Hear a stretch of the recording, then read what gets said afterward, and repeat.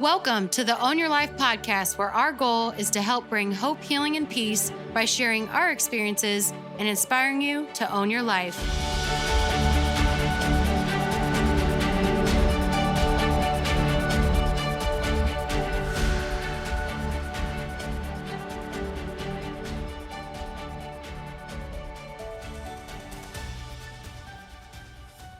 Hey everyone, welcome back to the Own Your Life podcast. Today, we actually have a host from another podcast called Unleash the Champ, Kyle Sullivan. Welcome to the show. Ashley, what's going on? Glad to be here. Awesome. Yeah, thank you. We are glad to have you. So just to get us started, tell us a little bit about your background. Yeah, so from Louisiana originally. So if I say my words a little longer, or if I get real excited and I sound like Medea, that's just some Louisiana. That's Southern. But grew up in Louisiana, went to school, got a pretty colorful background that I think we'll get into, and how I owned my life. And, I was a pastor for 11 years and started my company a year ago, full time, after and really modeling it out of what I was doing in ministry. So it's fun. So podcast, speaking, all around Unleash the Champ. Awesome. That's fantastic. So what actually led you to being a pastor? Yeah. So I started going to church in 8th grade. My dad got saved, came back home, told mom and I, hey, we're going to start going to church. And as an 8th grader, I said, when is that? Actually, I had no concept of church. He said, it's on Sundays. I said, I'm not going because that's when we watch football. Well, as an 8th grader, and anybody listening have kids, or you were a kid, you can assume how that conversation went. Yep. So I started going to church, and I hated it. I couldn't stand it. I had to now, all of a sudden, I had to wear certain things and say certain things and read certain things and talk to this invisible person. And it was just so weird to me. And so, but those formational years, I was in church. I joked that I had a drug problem before I had a drug problem because my parents drugged me to church. Oh my gosh. and so it's always that, and really when we could get into as deep as possible, but when I got jumped at a drug deal, and your listeners can't see it, but I have a scar on my right index and pinky finger of me covering up my eyes and my nose as I was getting pounded. Wow. And though I didn't want anything to do with church, it was in that moment that somebody from church popped into my head. And at about 3:00 in the morning, I call him, say, hey, I need effing Jesus. I just didn't abbreviate anything. Yep. You talk about rock bottom. Mm-hmm. I think I was a couple layers deeper than that. Wow. And so he said, come over. Okay, cool. So he led me to Christ, I was standing on his front porch in between drags of a cigarette, and I accepted Christ. Wow. How old were you? 21. Okay. Yep. So and how long had you been involved, in drugs and things that you probably wish you weren't? About 3 years. Okay. Yep. So started senior year of high school. But the dealing didn't happen until I was in college. Okay, gotcha. And you were playing sports during this, right? Yep. So in high school, I did football, played baseball growing up, powerlifting in high school, and then I was doing competitive cheer in college. Okay.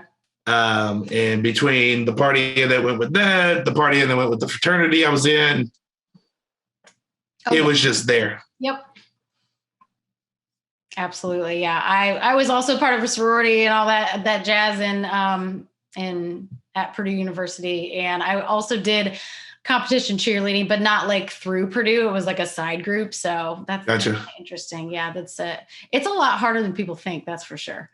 Listen, I got hurt more in competitive cheer for 2 years than I did in playing baseball, football, and powerlifting for 10. Like, it's a different, people are like, oh, cheerleading's not a sport. I'm like, throw a human being 20 feet in the air and catch him. Exactly. And tell me it's not a sport.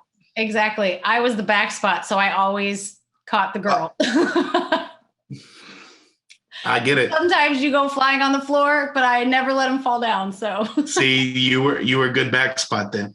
Yeah, it was definitely painful, that's for sure. But yeah, very, very cool. I haven't met many people that have done that. So that's awesome.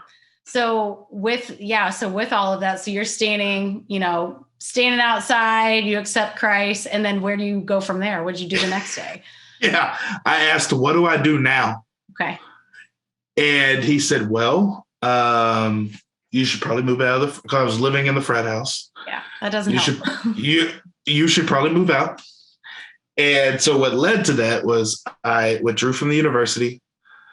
I really wasn't going to class much. So it wasn't like I had a whole lot to lose in the classroom. Gotcha. More socially, which is what I needed to cut off. But withdrew, quit everything, cold turkey, and just started going to church. Mm-hmm. It was the first time at 21, after 8 years or so, that I was going to church for myself. And I'll be honest, if I didn't have a true encounter with Jesus, I wouldn't have kept going to church. Yeah. Because I'm from a small town and I thought I was slick and nobody knew what I was doing. Mm. However, the looks and the I'm like, this is church. These are Christians. Right.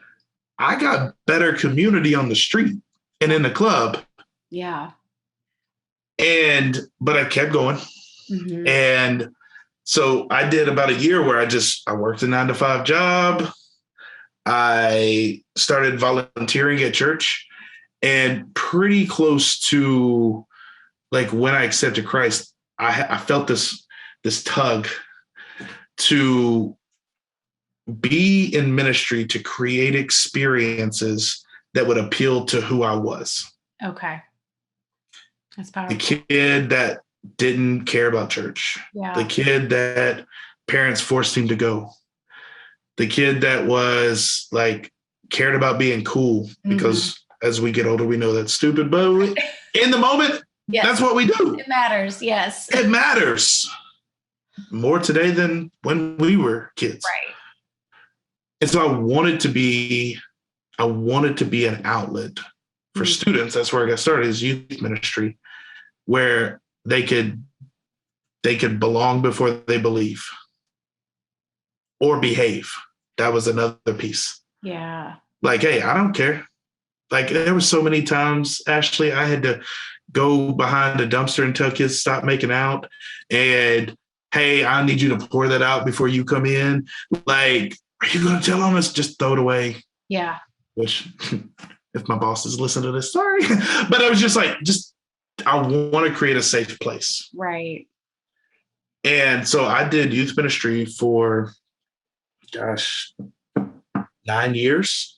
In that time, before I got into ministry full time, I went back to school in Arkansas at a small Christian university. And that was the best thing for me, because it allowed for me to, I would say that's really when I started to own my life. Cool. Because I didn't know anybody. Mm-hmm. And for the first time, I got to reinvent myself. Yeah. Like, I was listening to one of y'all's episodes where you were talking about, like, you have to think about who you want to become and start making choices like they would make. Right. So you're talking about going out to dinner, and it's like, I made the choice of what choice they would make. Right. And I love that, because that's what it was for me. I wanted to not be perceived as the guy that sold drugs and now he goes to church. Yeah. So I moved. And then I got to control who knew my story and what parts of it they knew, because I'm also a believer that sometimes we need to share our scars, not our wounds. Mm-hmm. Like when we're going through something, not everybody needs to know that. Right. Absolutely. But when I can talk, hey, I got scars on my hands. Okay, it's healed. Yes. There'd be no more damage done. Right. And so it was one of the things that, reinventing and evolving. And so I was in ministry for 11 years at some amazing organizations. And like I said, been a year into running the business full time. That's awesome. Yeah, that makes me think of even Jesus, not being accepted in his own hometown, so he had to leave.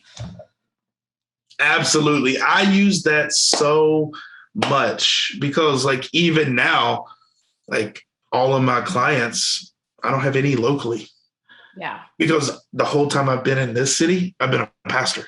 There's still people that are like, oh, Pastor Kyle, what's up? I'm like, hey, what's going on? Like, right. But I will forever be that to them. Yes. And that's okay. Yeah. But I love that. I love that point. I use that a lot. So I guess when you were going through all of that, what about your family? And I don't know if you have any siblings or anything. So how was that when you were, rock bottom to finding Jesus and obviously all your transitions? Yeah. You see, Ashley, I got really good at manipulation and creating stories. So I'm an only child. Okay. And I was living on campus. And so my parents, right, wrong, or indifferent, had a lot of high trust in me. And so they didn't know. And so they didn't have any clue. When I'd come home, I wasn't high or drunk or whatever. And so because I think a common misperception of people who do drugs or addicts or whatever is like, they're just in the dumps all the time. I was fully functioning. Yeah. I worked a job. I kind of went to class some. Like I did all the social stuff. I was just on drugs. Mm-hmm. And so I would go home and, how's stuff going? Oh, it's doing this and this and this. And again, I thought I was smooth and slick. And my parents I was always like really good kid, didn't really get in a lot of waves, like here and there in high school. So they're just like, oh, that's what he's doing. Right.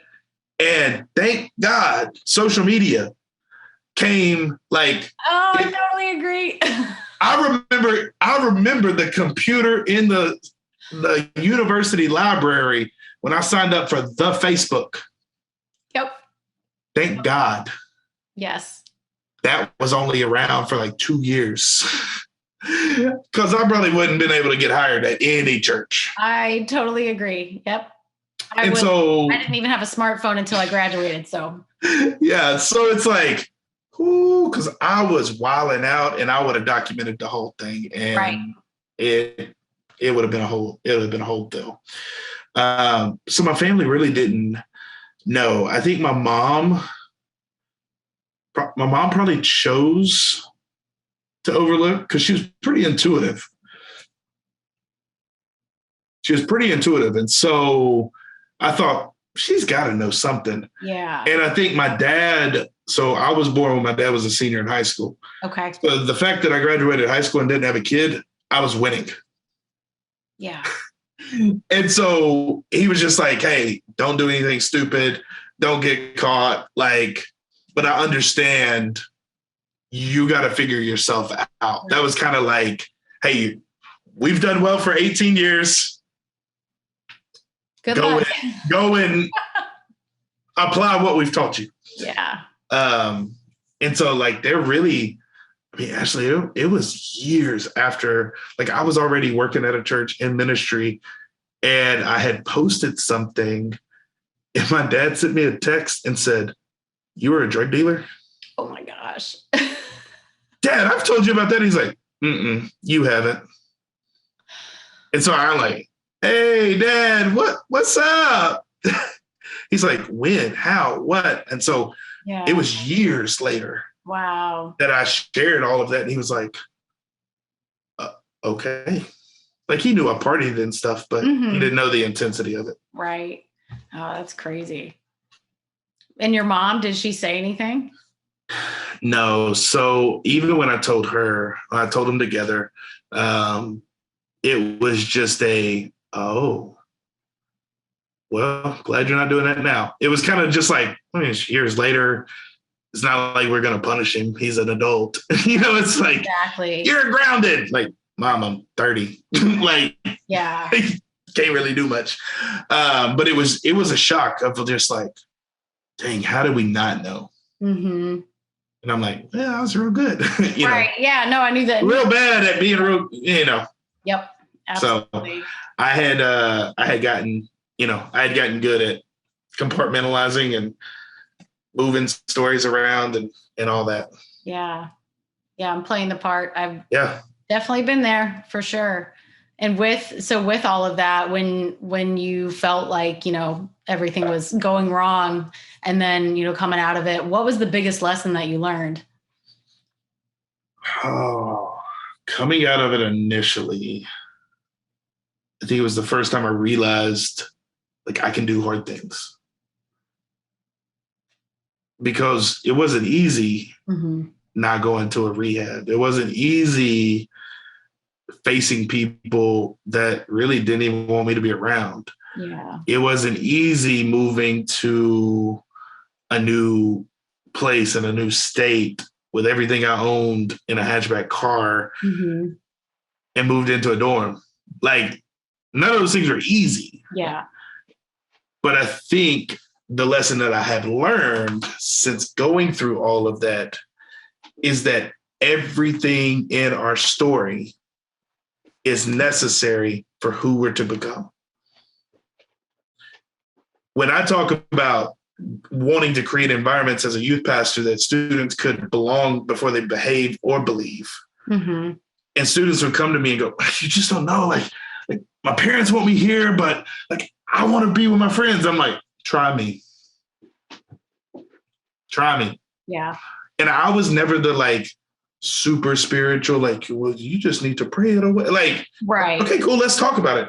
Right. And so if I didn't have that part of my story, I wouldn't have been able to have that effectiveness in this season and this assignment. And now, like with the business, like if I wouldn't have gone through the struggle and the grit and the resiliency, like everything builds on itself. Right. And our ability to embrace the season and not wish it away. Because if, question that people ask is like, man, if you could go back, what thing would you change? Nothing. Because if you change something, everything changes. Exactly. And so I'm like, no, I wouldn't change a thing. Because the life I have now, I like that. Right. Yeah, that's so powerful. And definitely something that I know a lot of people probably don't want to hear if they are going through something hard, that it takes the hard to get to the good, and just to remember that it's not going to last forever. Right. So this too shall pass. This too shall pass. You got to keep telling yourself that sometimes, for sure. So with that, how does your faith affect your everyday life? It's the center. It's the center of it. I have like a sub mission statement that just says, I want people to experience the immeasurably more in life. Like we read that in the Bible, but I don't know that we actually believe it. Yeah. Like when I think about the immeasurably more life, it's what Jesus talks about when he's with his disciples. And he's like, okay, hey, fellas, sit down. Okay, cool. I feel like it's like a team huddle. Yeah. Okay, hey, guys, huddle up. Take a knee. I feel like it's the locker room. It's just how my mind works. And he's like, okay, I got to go. But who I'm tapping in, the Holy Spirit, you're going to be able to do more things than I did. And I just feel like I would be sitting there going, Jesus, that sounds cool. But like, you saw Timmy's like Happy Meal, right? The fish sticks and the bread and all them people. Like you saw Peter, that fool got out the boat and walked on water. Like, we're going to do greater things than all of that. He's like, yeah, that's it. Oh, okay. Like how I read the Bible is like that. But it's going, I want people to experience and live the immeasurably more. And I think when we do that is when we can truly own our life. Yeah. Because there's a confidence that comes from it. And so for me, my faith is like, it's like an elevation to worship. So like, I've seen you move. Mm-hmm. You moved the mountains. So you're going to do it again. Yep. I don't know when. I don't know how. But I know it's going to happen. Right. And I think so many people don't think that they're worthy of that and just think, oh, well, that, that might happen for so-and-so, but that's not going to happen to me. Right. Yeah. And here's the deal. Henry Ford said, if you think you can, or you think you can't, you're right. Yep. So my thing is like, there's so many scriptures and so many parts of the Bible that talk about us stepping into power. So if we believe the Bible to be true, like if you're listening and you're not faith-based, you don't have a relationship with Jesus, just speed on through. But Christians, you have power from high to do what you're called to do. And I had a mentor tell me one time, I was in my head and really struggling. He said, Kyle, you're a 10-talent person. I need you to start acting like it. Wow. And I'm like, okay, yes, sir. But I think that's when we truly activate our faith. We show up and it's like, I feel like I've been here before. Yeah. Because God makes a way. Right. So. Oh, that's great. And on the other side of that, how do you help people deal with fear? Yeah. Well, the good old preacher joke is false evidence appearing real. Yeah. But I actually don't think we should eliminate fear. Okay. And why? I think we need to eliminate doubt. Because let's take the examples we just had. Peter, do you think he was fearful to get out of the boat? Yeah. Yeah. But did he doubt Jesus calling him? No. Jesus in the garden, you think he wanted to get on the cross? Nope. But he doubted, like he got rid of the doubt that God was going to do what he said he would do. Right. So fear is needed for faith. Doubt destroys our faith. Absolutely. So we like, oh, you got to live fearless. I'm going to argue that you're not doing anything of significance. Wow. Because I stepped away from 11 years of comfort, security, influence, success. Like we were on the way up to starting Unleash the Champ, 51% sure that this thing would work. Right. I still have to go, man, I am so glad I have fear about this thing today. But I'm not going to doubt what God told me. Oh, that's awesome. And so don't eliminate fear. Yeah. Eliminate the doubt, because God is who destroys our doubt and gives us the faith through the fear. Mm-hmm. Yeah, because I think it's our fear that gets us to trust God more. Because if we thought we could just do it all, then we wouldn't need him. Why do you think it says the fear of the Lord gives you strength? Right. Hello. Yeah, absolutely.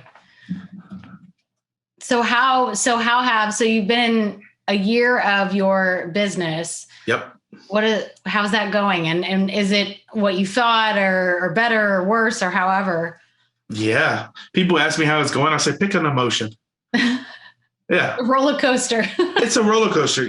And I will say I was so naive starting my business because I had all this years and thousands of people and I've gotten to speak in front of all these blah, blah, blah, whatever.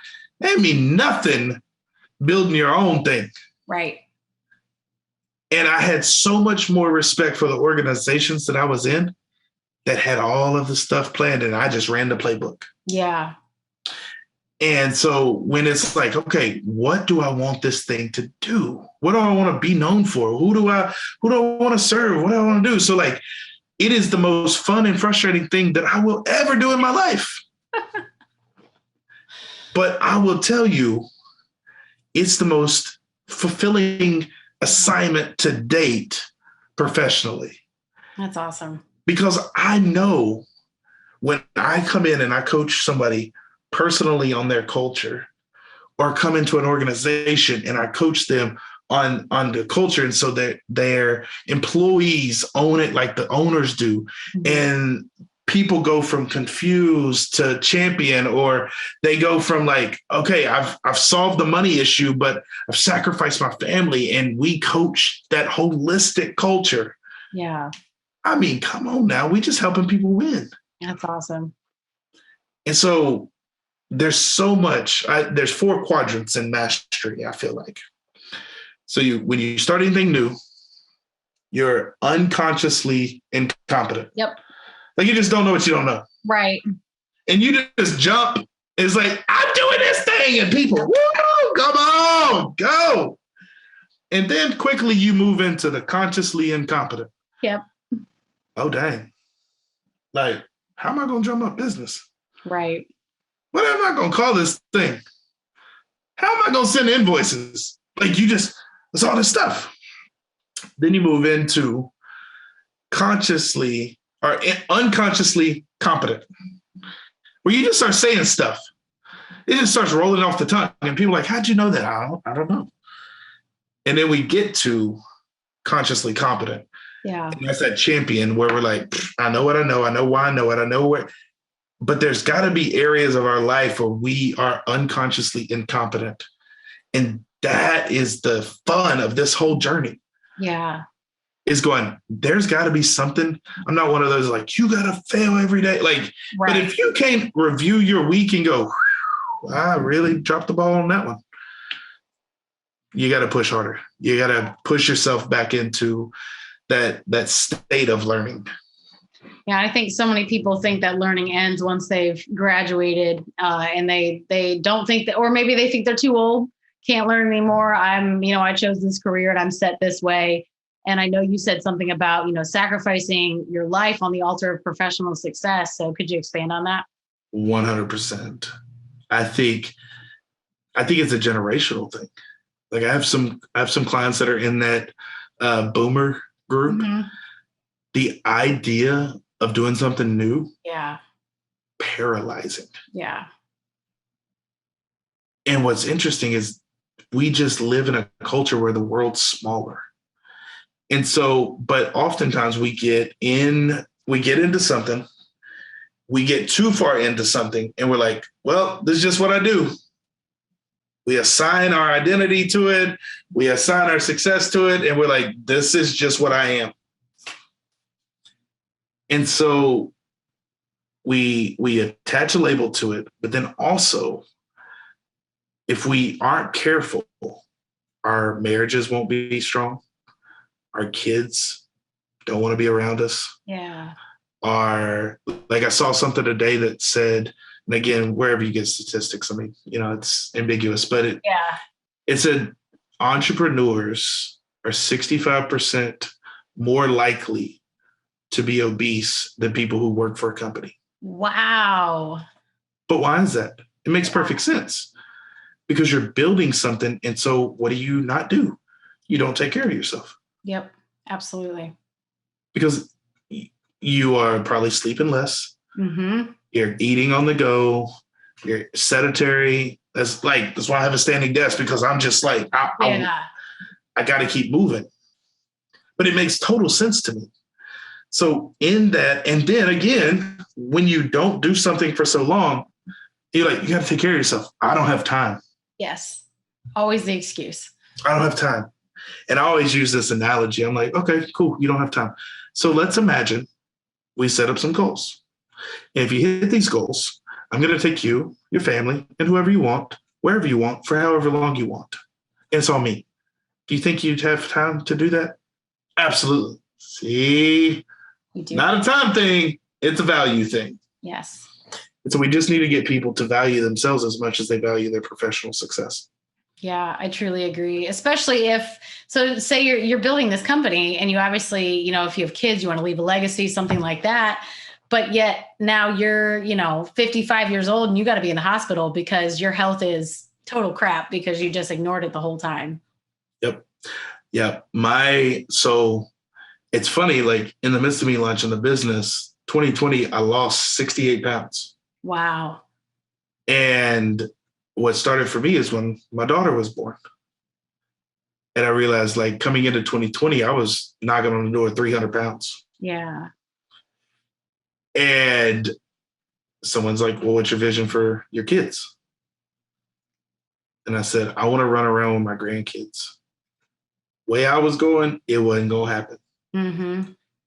And so I started building affirmations around that for myself, and started to embrace the idea that the most important person that I can take care of is me. Even at the frustration of friends and family. Yeah. Because, my wife would say yes and amen if she was here. Like, there are times where she gets annoyed that I take care of myself because it's an inconvenience. I'm like, I got to go to the gym. Yeah. Why you got to go to the gym? Because I go to the gym. That's what I do. Right. Fine. But it's in the moment, it's frustrating. But I say, look, I'm going to run around with my grandkids. And keep in mind, listeners, my kids are 21 months old and 3 weeks old. Right. At the time of this recording. So the future is that's what I want. Right. And I want to be around for as long as I possibly can. Mm-hmm. So that I can see and experience as much this side of heaven. Because I know once I get to heaven, it's a wrap. Right. Eternity is there. Yes. So I want to do that. And so I just think we can't sacrifice anything on the altar of professional success. Yeah. Yeah. And it all goes back with, you can't pour from an empty cup. So if you are just drained, your business is going to suffer, your family's going to suffer, your marriage is going to suffer, your health's going to suffer, all of it. So if you don't take care of yourself first, everything that you want is actually probably not going to happen. Right. And when I work with people, because again, I work with folks that have solved the money problem. Mm-hmm. They're not worried about money. Right. But what they realize is when they get these other areas in alignment, they make more money. Because they're clearer, they can make better decisions. They're better to be around. So people like it's a trickle down effect of just getting successful people to go, take care of yourself first. Yes. Why do you think if a plane goes down, they go, put your oxygen mask on first? Yep. Before your kids, before your spouse, before your business, you put it on first. 100%. Yeah. And so with all that, what do you think a successful life looks like? So it's different for everybody. What success looks like for me, it's different from what success looks like to you. Mm-hmm. But it has to be defined. Okay. And so I think in different areas of life, for me, where I want to go and where I want to take the business, again, like we mentioned earlier, one of y'all's past episodes, I have to embody what that person would do to the best of my knowledge. And I set almost like mission statements mm-hmm. for the big areas of my life. Right. Personally, relationally, emotionally, spiritually. My wife and I's mission statement for our kids is when they don't have to, they choose to come home. That's good. So everything we do is towards that goal. When they move out of the house, do they want to come home? Yeah. When they don't have a room at mom and dad's house anymore, do they want to sleep on the couch? Or do they go, nah, just get a hotel? Yeah. And I have that for fitness. I'm fit, I'm healthy, I'm going to run around with my grandkids. My wife and I can't wait to gross the crap out of my kids because they going to know that their mama is fine as wine and she is mine. And they going to know it. Right. Because I want to show them, especially my daughter, if your future husband isn't obnoxiously obsessed over you, Yeah. like in a good way, like not a weird way, but like not he creepy. got like not creepy, but like showing affection. Yeah. If I don't get my eyes rolled, like my wife rolling her eyes at me at least like 3 to 5 times a day, it's not been a good day because I'm just obnoxious. Yeah. But I want, and so it's, what is that vision? What does that success look like to you? Yeah. I can't answer that. You can't answer that for people. We can only answer it for ourselves, understanding that it's going to evolve. Yeah. As we grow, as we develop, as we expose ourselves to different environments, different circumstances, what success looked like 18 months ago, very different from what it is now. Yeah. But it's because I'm in a different season. I'm in a different assignment of the same calling. So I have different circles and connections and things. So where is success now? Mm-hmm. Not so much where is success going to be ultimately. Yeah. I think a lot of people get tripped up with that too. They think that their plan has to be the plan, and then there is no straying from the plan and no changing. And I think that's extremely unrealistic because you can't control what's happening around you. So you do need to make course corrections as you go. Right.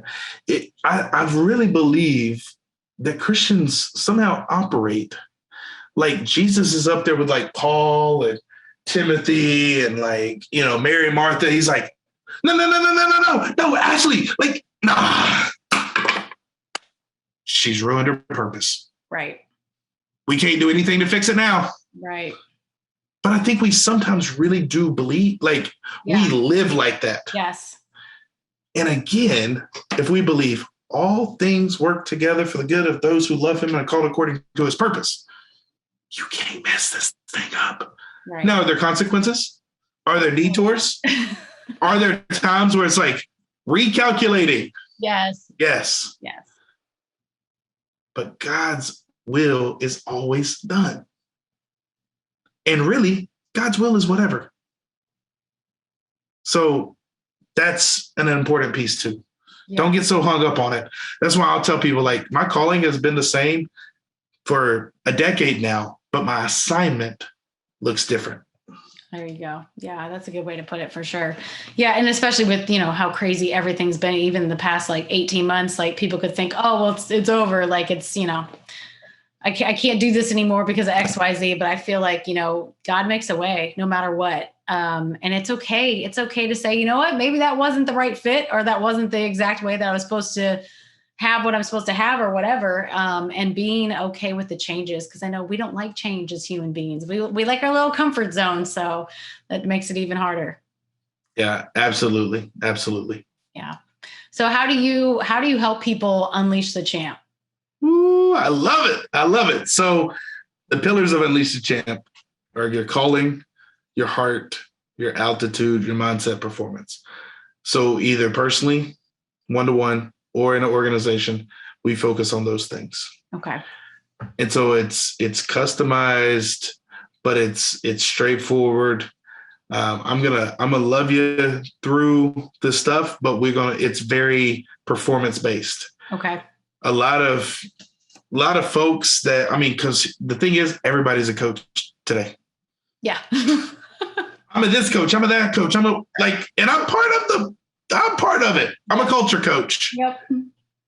But for me, I'm about going, okay, how are we going to take action? Because if you just needed somebody to talk to, go to see a therapist. It's much cheaper. Yes. Yes. But when I come in, we go, okay, here's where you're at. Here's where you want to be. How do we get there? Mm-hmm. How do we enhance what you're already doing? How do we eliminate what's needed? And how do we bring the right energy to moving forward? Because sometimes, again, like I work with successful individuals and successful organizations where it's creating fresh eyes. Because I'm not emotionally attached to the old couches in your life. Yep. I mean, we all got that thing that people look like, well, they still got that. But it's been with you for so long, and it's been such a comfort. Yeah. And it's like, yeah, I know it kind of smells a bit. It's not that comfortable anymore, but God, we just love it. We've had so many memories with it. Right.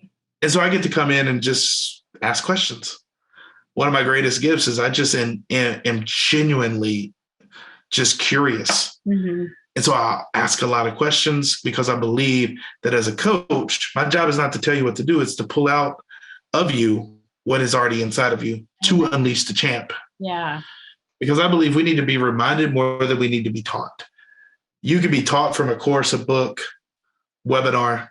A coach is going to coach you and pull out what is inside of you because you're the player. You're on the field. You're doing the work. Right.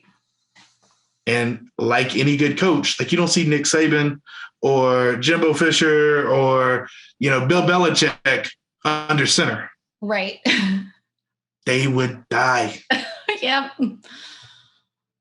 And so it's coaching through fresh eyes.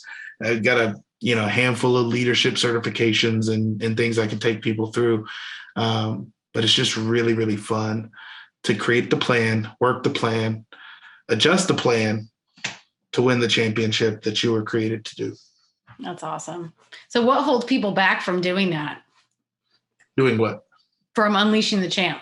Oh, it's the cages we willingly walk into that we don't even know that we're in. Yeah. Like for me, we talked about this, earlier in the recording. Like for me, my cage, comfort, yep, security, a belief that because I loved what I was doing. And so for some, you're listening to this going, this doesn't really apply to me because I love what I'm doing. No. I thought I was going to retire a pastor. Yeah. But when we put our yes on the table, we don't get to have conditions on that. And so I think a lot of times the cage is like, we put like a maybe, like a conditional yes on what God's calling us to do. Yeah. And it could be just to be a better teammate in your organization. Because it's not, I don't believe, and especially after a year in, everybody should not go be an entrepreneur. Everybody should not be in business for themselves. Right. It is not for the weak at heart. I'd always heard that like, it's not, no, they true. Yeah. 100%. But you may be called to be an incredible entrepreneur. Yeah. In an organization and crush it. But you got to ask yourself, what cage am I in?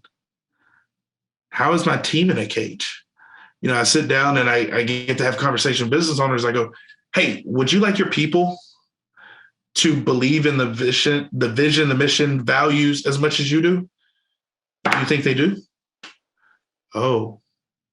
So those are all some cages that we willingly step into because it's kind of like we just get desensitized to it. Yeah. And so when someone comes with fresh eyes and asks questions that unlock the cage, we then have a choice. Do we unleash the champ or we stay in the cage? Yeah. The choice is yours, listener. Wonderful. Absolutely. It makes me think of the quote that, a ship is safe in the harbor, but that's not what ships were built for. Right. Yeah. And I have this analogy I use in talks that I give. So you've been to a zoo, Ashley? Yep. Okay. Have you ever seen a lion at the zoo? Yes. What are they not doing? Attacking. They're just hanging out. Hanging out on a rock. Yep. Chilling. Sunbathing. Why? Sunbathing. Why? Because they know where their next meal is coming from. They know that they're not going to be attacked. Yep. They know that they're going to come in and have somebody, a tiger stylist salon, fluff their mane and all like that. I've not been to Africa and taken a safari, but I've seen National Geographic enough to know lions in the wild. They don't do that. They're constantly moving. Right. They're constantly in tall grass. It's like, that's the cage, literally, Absolutely. That we find ourselves in. It's a different thing. Oh, that's so powerful. So I feel like this has been super helpful for our audience for sure. What is one piece of advice that you would want to leave them with? It's the thing I'm learning most right now is that peace is what we all desire. peace about a decision, Yeah. peace about direction, peace about a next step, peace about relationships, friendships, whatever. We want peace. Peace follows action. It rarely precedes it. So you think about it in your own life. Right. Should I make this decision? Should I not? Should I go to this place? Should I not? Should I put this person in my circle or should I not? Should I hire this person? Should I not? Should I change this job? Should I not? We always have this running like, oh my gosh, I got to make this decision. Mm-hmm. But when the decision is made, peace. When we take action, it breeds confidence. Yeah. And that confidence is what allows us the peace that comes. And so a lot of times people are wanting peace before they move. It's just not going to happen. Right. So if you're sitting here, you're listening, going, I got this decision to make. I don't know what I should do. And you're going back and forth like an Olympic ping pong match. Make a decision, because even a wrong decision made today is better than the right decision thought about tomorrow. Amen. That's good. Wonderful. Where can people find you if they want to learn more? Yeah, so I'm most active on Instagram. Okay.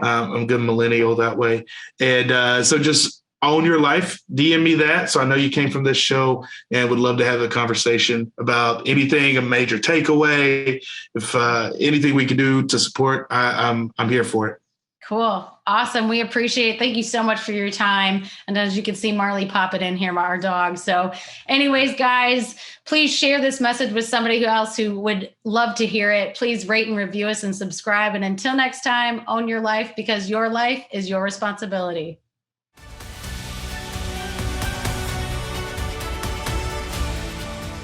Thank you all for listening. If this added value to you, please click subscribe and rate and review us. You can also find us at Own Your Life Co. on Instagram and Facebook and ownyourlifeco.com. And as always, own your life, because your life is your responsibility.